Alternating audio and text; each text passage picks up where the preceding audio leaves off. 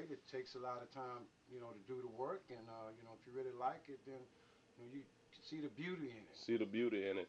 Now, when I was coming up, when I was a youngin', just like my little one right here, I noticed that the Lafayette Mardi Gras used to have a different style. Because the styles that you have that we've just seen here, as well as here, are relatively. And here, oh, this is the back plate to the good time right here. This is his back feather shield of sorts, and it's something of beauty, something of beauty. But back in the days when I was younger, I noticed that we had totally different costumes. Oh yeah, yeah. We used to wear. We see back in the. I would say I know it was sometime before my time, but back in the either late 50s or early 60s is when some of the guys started with the box hat and screen mask, and that was the time when they were using the canes and the bull whips, the tissue papers hanging from the box head, and you had the cape, with the pants and the shirt. Right. Actually, they used to, instead of covering the shoes with material a long time ago, they used to paint them. Used to paint the shoes. Yeah, sometimes they throw a little glitter up on there, to kind of get a little glare from Right, right. It's nothing like the good time shoes that we see right here, right? Yeah, yeah, that's my good time, bad time shoes there. Good time, bad time shoes right there. So much intricate detail, man. So much intricate. So I've heard from a little Tweety bird that you're taking it back all the way to the old school this year, your costume, and how Lafayette came about with its Mardi Gras maskers. So what's the inspiration behind this year from going away from the good time, bad time, and the sight? What was the inspiration for you going back? It had to be something special. Well, yeah, yes, it is. My brother, he hadn't put on the Mardi Gras suit for over 30-something years. And after him seeing me in my Indian suit last year, he said, "Well, brother, let's bring it back." Bring it back. I said, "Well, okay." And he said, "Well, brother, let's do this one here for Mom." Right. I said, "Hey, let's get it on." Right. So we actually started on it, I guess, around about 3-4 months ago. It doesn't take very long to do a costume like that. But if you want to do it right, you actually want to take your time doing it. That's right. You just don't want to throw it together. That's right.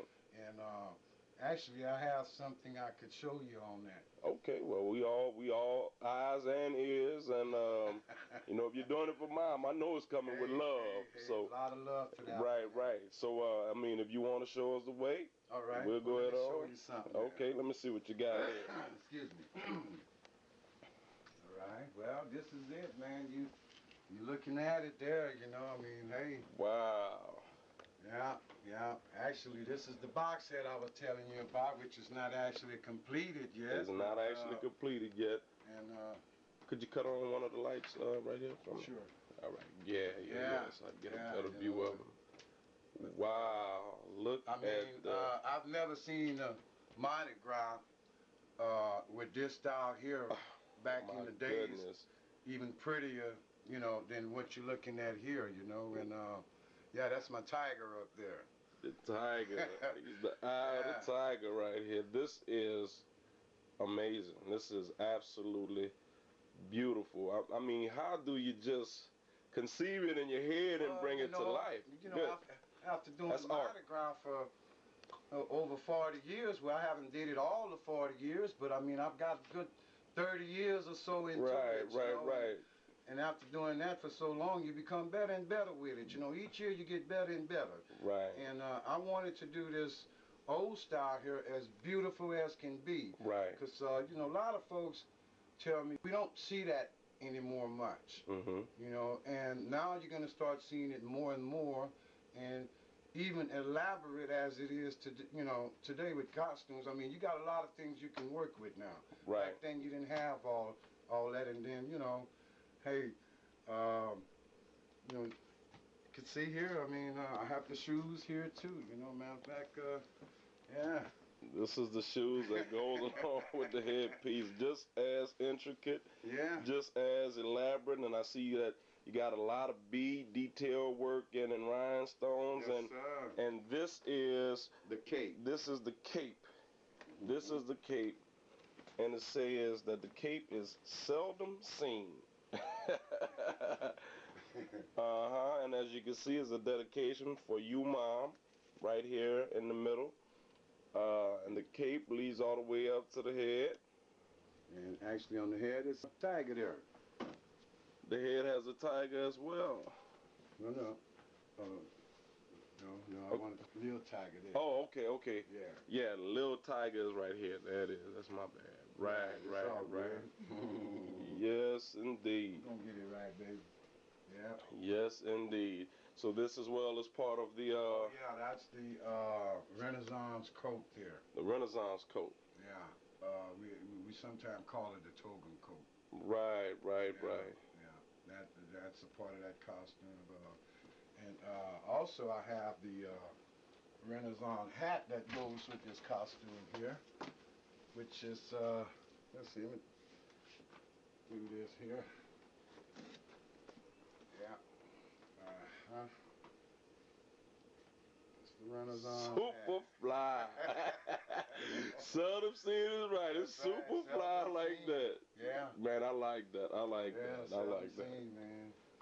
Well, my man, I think you've definitely outdone yourself once again. Look like every year it just... Yeah, I mean, you know, like I said, the style from the 60s and late 50s or mid 50s, you know, I actually wanted to do this, and I want to put a lot of work into it because, I mean, some of the guys that's doing the old style, but, you know, you have to really know how to do it and what you want to do with Correct. it, you know, and I mean, everybody out there is Mardi Gras, regardless of what you got on. That's you know, correct. And, you know, I wish that one day that we can bring our style back and keep it back, you know, and keep that tradition going here in Lafayette. You know, we need that, you know. I mean, we can't lose it because at one time it was fading away.